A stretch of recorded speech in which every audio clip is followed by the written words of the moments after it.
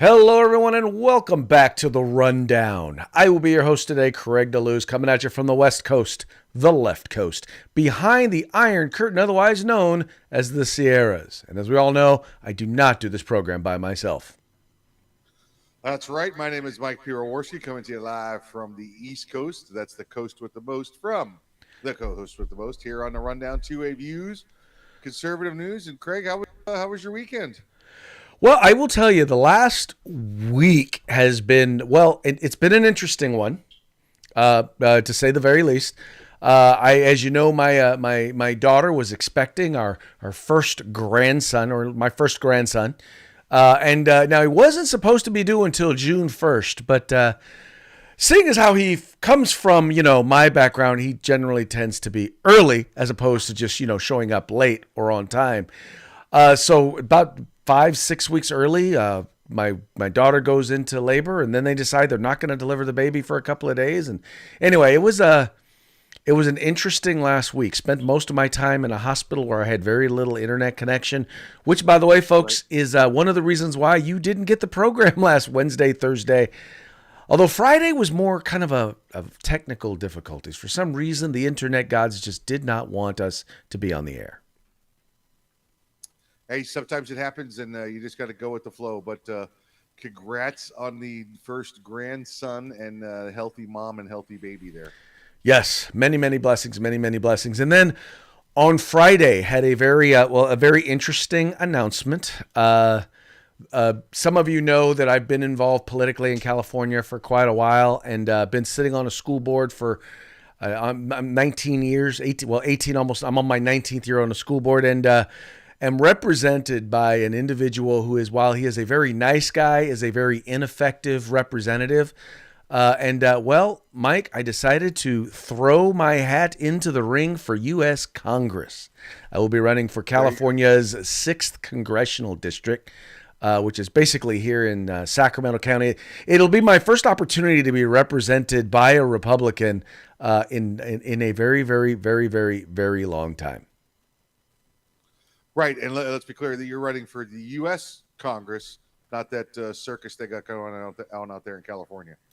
No, most definitely not. Most definitely not. Although, to be honest, see, the thing that would be interesting about being in the California legislature is that there are so many dullards who are there who are just not. I mean, we're talking the dullest knives in the drawer, right? That it would be entertaining. I mean, it would be entertaining, to say the least. It would be entertaining theater. I would make them look stupid at every turn because they just simply are not there.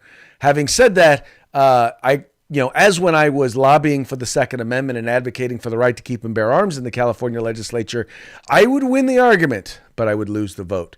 This would actually be an opportunity to actually win both the argument and win the vote. So, I'm not going to spend a lot of time, unless we're talking about like anecdotal stuff that goes on in the campaign that's interesting. I'm not going to be spending a lot of time talking about the campaign here on the show.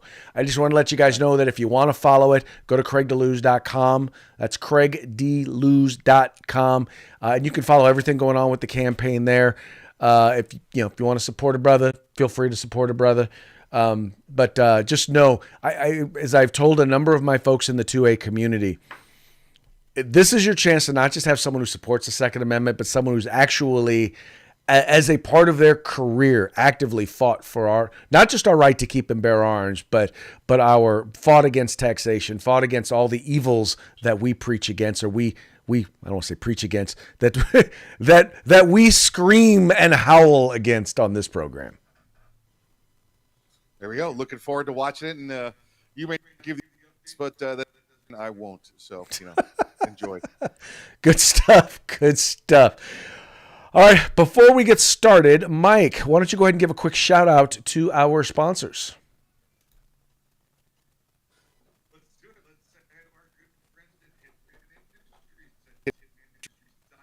And Industries.net. If you got your past 5 years, you probably got one. Now you can direct from this BM barrel manufacturer for your next AR build or rebarrel your current rifle. That's Industries.net. California Republican Assembly fighting the good fight behind enemy lines. Now you could take part in California's future today. Check out California Republican Assembly. Hog Holsters,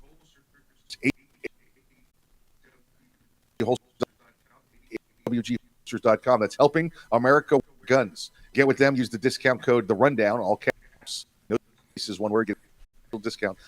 Best in tactical concealed holsters on the market.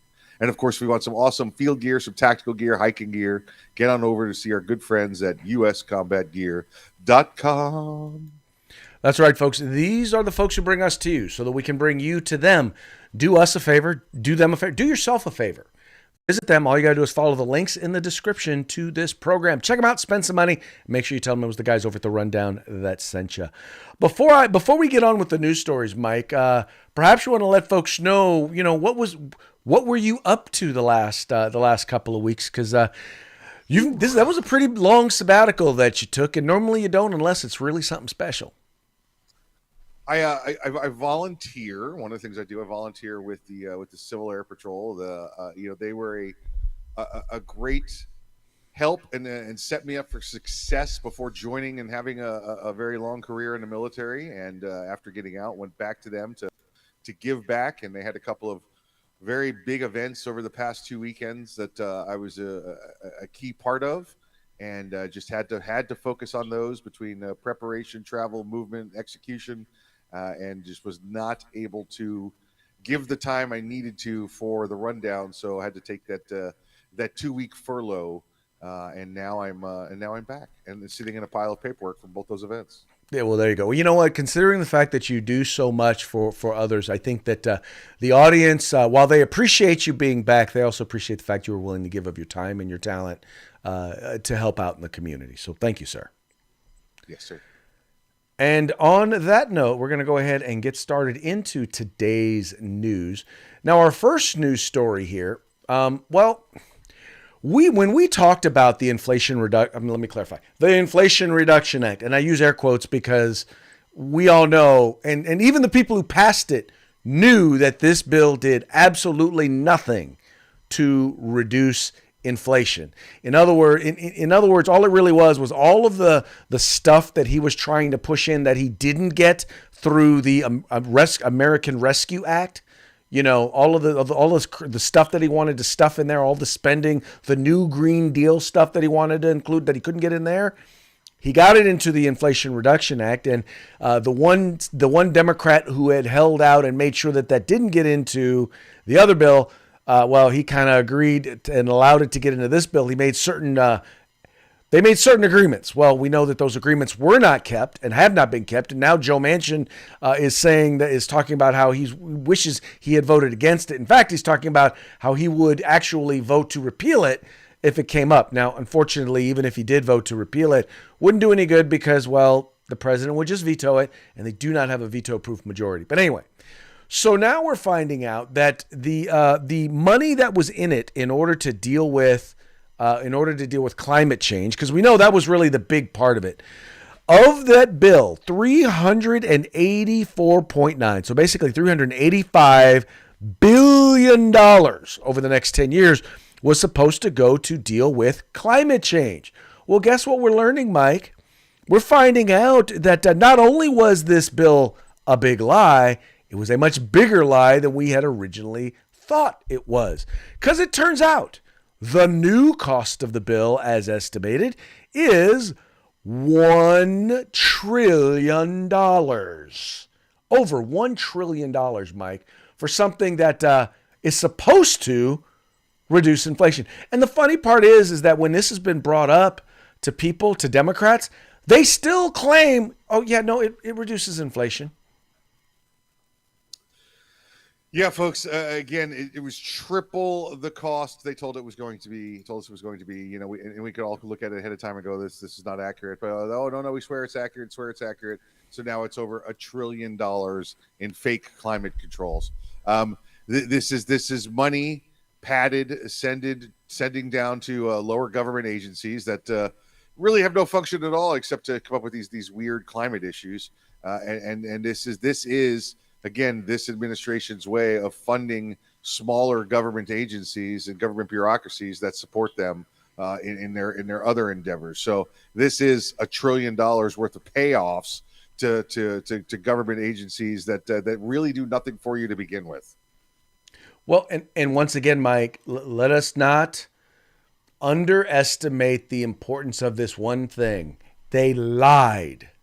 They flat out, the fact that it's called the Inflation Reduction Act, but yet the Congressional Budget Office admits it does almost nothing to reduce inflation. In fact, the only real inflation reducing measures are basically based on assumptions of things that will happen that Congress told the Congressional Budget Office so that the numbers will come out the way in which they want. And that's not anything new. They do that all the time. They did that with Obamacare. They say, well, we're going to cut these things, and that's how we're going to save money on Obamacare. Yet, here we are now, almost 2 decades later, and none of those things they said they were going to cut have actually been cut. And the cost of Obamacare is tenfold. It is way higher than it was, than it was projected to be, because they lied. And here we are again, allowing them to pass their stuff into a law with a lie. I mean, the very name of the bill, the Inflation Reduction Act, isn't just flat out lie. It's like, let's educate all Americans, and then we'll spend the money on hookers and blow. It's what it is. It's slush fund money sent down to these other little government agencies. And don't forget, of course, Craig, the big lie of Obamacare: you'll get to keep your primary care physician. Oh yeah, you'll get to keep your doctor. And I'm wondering, voters out there, people out there who voted for who vote for these folks, when they lie to you, and then they turn around and they lie again, and you just keep forgiving them. You keep putting them back in office. At what point are you going to correlate the fact that you keep putting liars in office and then they lie to you and then you don't remove them from office? At what point are you going to realize that is a failing cycle? They don't care. As long as the D is next to the name, they're going to continue to vote for these people. Yellow dog Democrats has nothing to do with policies, has nothing to do with the lies that they're repeatedly told, and they know their lies. They have to know their lies, right? These are people that are able to get up and take themselves to the polls. They must have the ability to determine a lie from the truth at some point. They're going to continue to vote for them because D next to the name means more free money in their pockets, and everybody else out there that's working for a buck means less money in their pockets. Exactly. That's pretty much how it goes down. Yet trying to do anything to hold these folks accountable just does not seem to be an option these days. And it's worse because in areas that are deep blue, they bought into the lie. And that's the worst part is that they're getting all of their news and information from Mother Jones, from Huffington Post, from CNN, from MSNBC, and the media, quite frankly, is failing in their job of holding elected officials accountable. Absolutely right. And until there starts to be an awakening, a knowledge, it's going to continue. They're going to continue to have their way, and they do what the current administration, is doing such right now. Right. And, Mike, because of that, they're going to continue to get away with stuff like this. Now, Joe Biden, and first thing I want to let you know, what is happening right now, what I'm about to talk to you about, there was no law passed in Congress, right? So you can't blame Republicans. This is specifically the Biden administration that is doing this, right? They want to institute an additional fee or raise fees on individuals who have good credit when they go to buy a loan. If you use certain government programs, certain government loans, I think it's Fannie Mae and Freddie Mac, right? Yep. They want to increase the fees on you if you either have a larger down payment or if you have good credit. Here, check out the story real quick. Now to new mortgage rules set to take effect. Chief Economics Correspondent Rebecca Jarvis is here to break it down. Good morning, Rebecca. Good morning, Michael. And a lot of people are paying attention to these new rules because they do go into effect May 1st, and they're part of an effort to make home buying more affordable for those who are limited by wealth or income. Among these changes, people who have lower credit scores may get more of a break with those upfront fees when it comes to buying. People with higher credit scores will still pay less, but they may not get as much of a break. So in in real terms, how this is going to look on a mortgage of $300,000. If you have a credit score of 659, you could save about $3,750 in closing costs. Whereas if you have a credit score of 740 or higher, you might pay $375 more. The Urban Institute says on average, this is going to be an increase of about $10 a month. Most mortgages will not see a major impact. Now, keep in mind.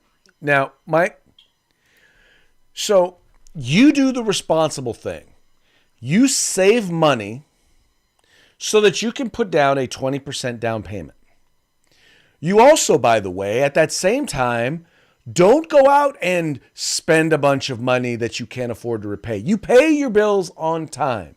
Therefore, you have a good credit score.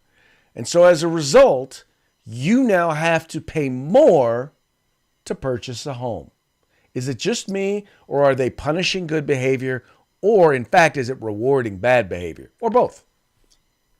It's both, right? This is the redistribution of wealth, folks. This is the core of socialism. They're taking those that have been able to maintain, those that have been able to, establish a good credit, the middle class, upper middle class, and they're taking them and they're going to punish them by taking more money from them. And guess where it's going to go? It's going to go to these low-income folks, the people that have been irresponsible with their money. Are there people out there that lost jobs and have had that happen to them? Of course there are. But the majority of these people are sitting there, like we said last story, with that D next to their name, waiting for the handouts from the government. And that money, you can't just print it all. It's got to come from somewhere else. So guess what? If you've been a good financially responsible person, you're about to be penalized, and your money's going to go to pay for low-income people getting houses. And folks, here's the thing. I'm not against the idea of low-income people getting houses. I think both of us are for that.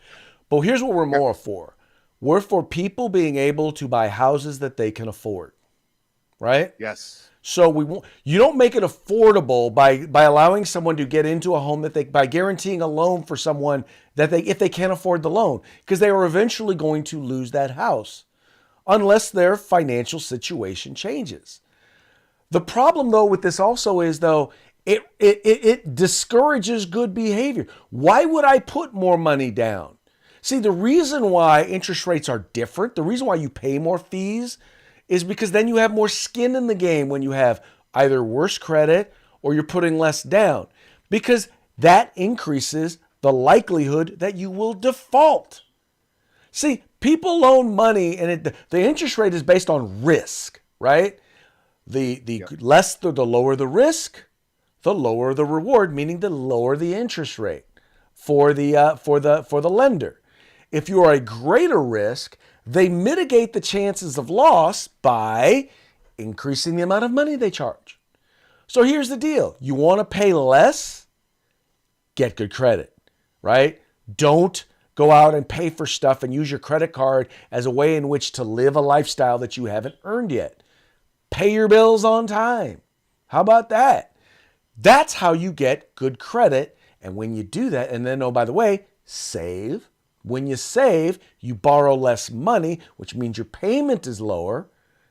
Lower interest rate. There's less at risk because you've got more skin in the game. I don't understand why this is rocket science, but haven't we already seen, Mike? We've already seen one instance where when the whole 2008 housing bubble was based on the idea that the government mandated banks loan money to people to get into homes that they couldn't afford. And while some of the people could, a lot of the people couldn't. And then they turned around and they defaulted. And that's what created not a national economic crisis. It created a worldwide economic incident. And clearly, some Democrats have not learned from that, or the Biden administration has not learned from that.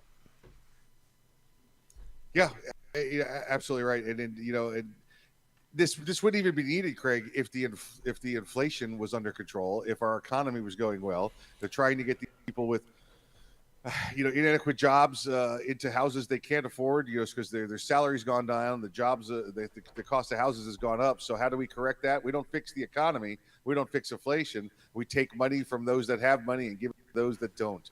Right. Socialism. Definition, right? Socialism. Right. And in places where housing costs are out of control, Overwhelmingly, the problem is government regulation. It's the requirements of paying things like prevailing wage. It is environmental regulation that adds in California over $80,000 to the cost of a single unit of housing. Before you ever break ground, you add 80 some odd $1,000 to the cost of that. And then you wonder why people can't afford to buy homes. Right. Anyway. Exactly right. And I will that's why repeat this there's one more time. states like, yeah. This People is are being much rather- done. Yeah, this is being done by the Biden administration as a rule, meaning it takes effect the beginning of May. No law was passed. In fact, Republicans have introduced legislation to block his ability to do that. The Congress should not have to do that. Honestly, they should not have to say, no, you don't get to do that. He is literally, anyway.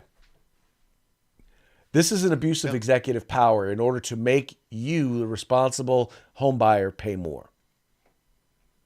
Yep, exactly right. This just contributes to those that are fleeing California and Illinois and New York and heading to Arizona, Texas, and Florida, because those things are fought here. You're able to take more of your money home with you here. Yeah. The housing markets are more under control here, and it's just going to turn California, Illinois, and New York into more of a wasteland of those that are either the super elite or those that are living from next week's paycheck to next week's paycheck, not even this week's paycheck.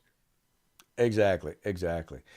Now, moving right along, and Mike, I owe you an apology because in the pre-game show, I said we weren't going to be talking about the shooting in Texas, and then I realized, oh yeah, we do have the story from the guy in Texas. For those of you who do not know, there was a shooting over the weekend, or an incident where an individual, he was shooting. This was in Texas. He was shooting his firearm. It was late in the evening, and he was. It was kind of loud, and his neighbor came over and asked him if he could, either go further away from their side of the house to shoot, because they had a 1-month-old who was trying to sleep. And anyway, later the individual comes over to the house and shoots the house up, killing 5 people. And this individual is now on the run. One of the things that is not pointed out in the story, or at least in most of the mainstream media, very few in the media are actually reporting on this, is that this individual is actually he's actually in the country illegally. And Mike, he has been removed from the country something like 5 times. But we don't have a porous southern border, right? We have a secure southern border that an individual who is allowed to return to the United States 5 times after being removed, is in this country illegally, and now has turned around and killed 5 people. And the sad part is, this isn't the first story like this. Yeah, shocking, right? Illegal alien kills people, and it's probably back across the border already. Trust me, if you can break into this country illegally, it's pretty simple for you to get out. This is irresponsibility on the Biden administration. 100%. They are in cahoots with the death of these 5 people for having allowed this person in the country, through their policies and procedures. And this is not to say that everyone who's coming into our southern border is a murderer. But when you do not have a check on who is coming across your southern border, you allow murderers to sneak in, AKA this guy. And you just had Mayorkas was before the House talking about we have a secure southern border. I don't understand how this dude can actually sit in front of Congress and lie like that and get away with it. Yeah. When you're not checking them, like you said, you're letting in.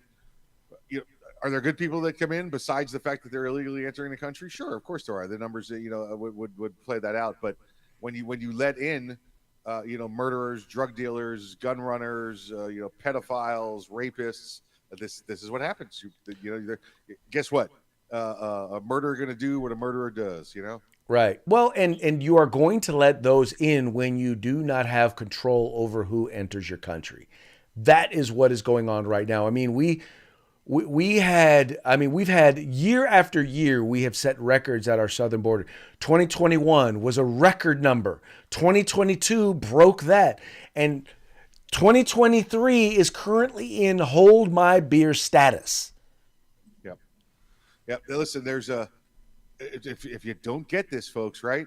If you're going to allow illegal aliens, immigrants into the country, you're going to give them checks because they're here illegally and you want to see them do well. Wink, I want to see them do well. By having them do well means I'm going to allow the illegals to vote in the system. And because I'm paying them and giving them checks, guess who they're going to vote for the majority of the time? You're buying votes. These 5 deaths are because the government policy is to buy the votes of illegal aliens.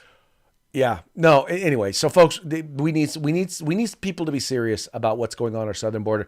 But hey, the mainstream media has hit their main talking point, and that is that he used an AR-15 style rifle. We got to ban them. Yeah. A weapon of war. Weapons of war. Them assault weapons. We got to ban them. How about this? How about we ban people coming into the country illegally? No one's going for that one. I'll bet you guys are, but no one else is.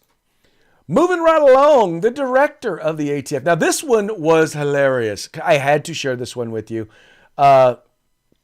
Steve Dettelbach is a known anti-gun activist. He's a known gun grabber.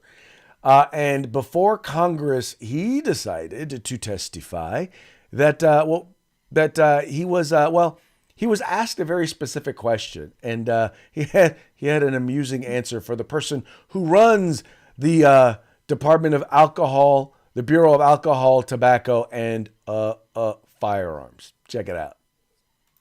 Director Dettelbach, did I get it right? You absolutely. All right. Thank you. Thank you for being here today, and congratulations on your confirmation. I think it's essential for the leadership of any agency to have a permanent and Senate-affirmed director, and I know you've only been a while, so congratulations for that. And I think, no matter how I feel about the ATF, it is important for leadership purposes for the direction of your agency to be clear and stable.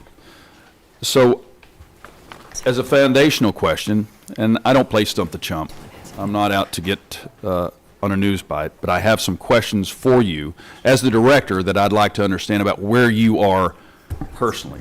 I've seen it read that in 2018, when you ran for Attorney General, that you said that all assault weapons should be banned. Is that a fair statement? I certainly said that I was in that political campaign, which is far different from where I am now. Although the administration's position is that there should be an assault weapons ban, to be clear. But I think what I said was that there should be an assault weapons ban. I think it would have been up to the Ohio legislature to try and determine, and it's hard work to determine what things are and are not covered, how you define those terms. That would have been my view. And as with any legislative body, they get to make those determinations. But if you agreed with that, as a gun owner of many different types and a 20-year military veteran, I have some expertise in weaponry and self-defense weapons.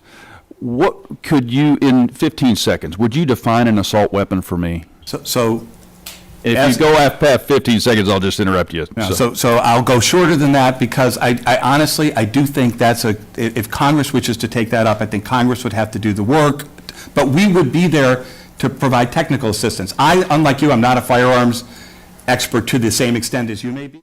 So,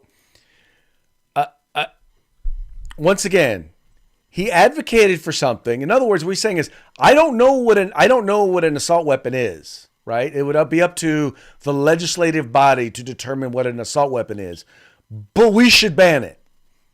Because, and my expertise is, and the reason why I say that is because I'm not an expert. Craig, listen, let's be fair now. It is the Bureau of Alcohol, Tobacco, Firearms, and Explosives.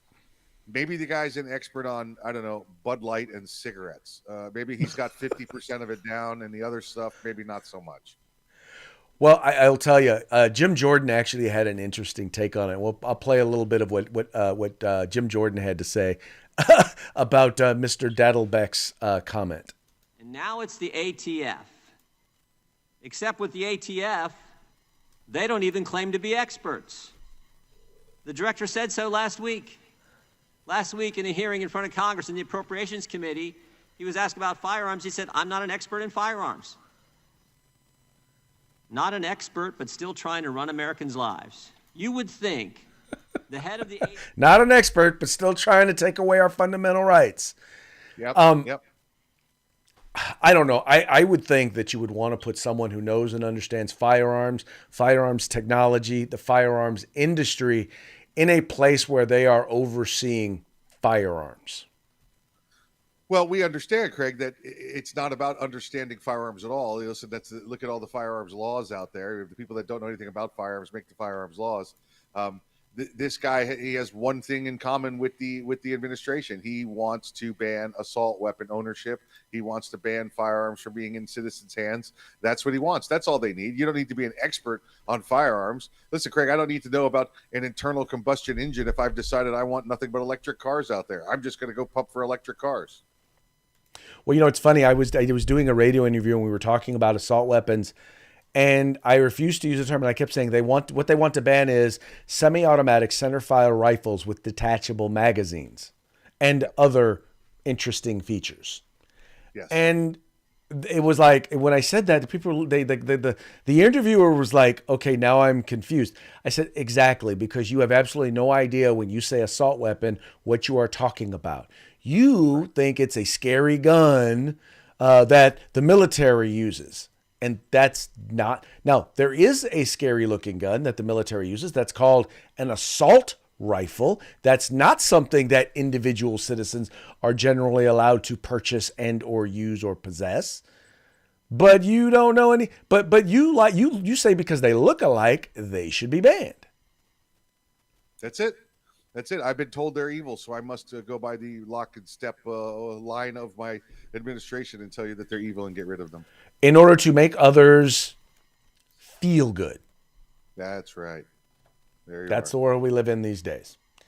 Speaking of the world we live in, it's time for our parting shots. Brought to you by Hog Holsters. Get your Hog Holster today by going to hogholster.com. Use the discount code The Rundown, all caps, no spaces. Let's get into it today. All right, we got some really good ones here, some really fun ones. Well, this one is kind of a throwback. This first one is kind of a throwback from our COVID days. Now, I'll let Mike go ahead and describe this one to you. Listen, for all those of you that are out there that wore nothing but masks all by yourself in your car, in your home, there's a new product for you. It's for those people that just insist on safety all the times because you never know when you might be saving the children. Now, you can get yourself your very own outdoor seatbelt. Contact them now. Available for only $199. $199. Make you feel safe. Make you feel safe right now. But this is the thing, Mike. And what this does, it exposes what is clearly obvious, right? Because we all know that the left has a problem with the obvious. For example, this is a banana. It is red. It is round. It has a stem. It's often been used to make pies.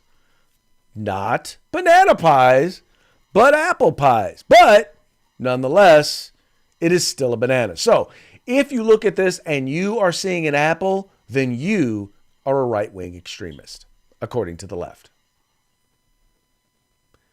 What are you seeing, Mike? Do you see a banana or an apple? I guess I must be a right-wing extremist, Craig, because it looks like an apple to me. Yeah, pretty much. How you like them apples? Yeah.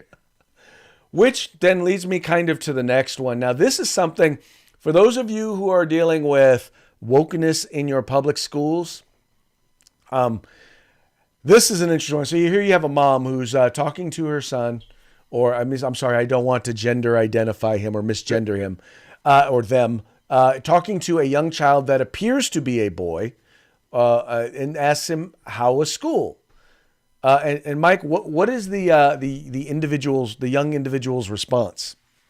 He vomits a rainbow. It's been shoved down his throat all day long, in his ears. He's got to deal with this nonsense. And at the end of the day, he just vomits the rainbow. And that is pretty much what our young people are dealing with these days. there's actually a very good book.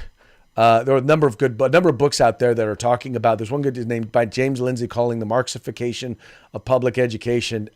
Excellent book to learn about how wokeness has invaded our public schools. Check it out. But this one, yeah, this is sad, but this is what's happening in many, not all, and I feel comfortable enough to say not even most of our public schools, but it is in fact happening. Yes, absolutely. Every day, every day. Hey, and this last one, you guys will love this one. This is in honor of what's been happening in the last couple of weeks. Mike and I have not had a chance to share our fair share of Bud Light stories, but this has got the woketivist there at the top, looking all calm and all surreal, and said, "If you don't like it, don't buy it." And it's a Bud can with the rainbow on it, celebrating Dylan Mulvaney. I don't even feel right calling Dylan Mulvaney transgender, because Dylan Mulvaney is actually more of a female impersonator than transgender, in my never to be humble opinion.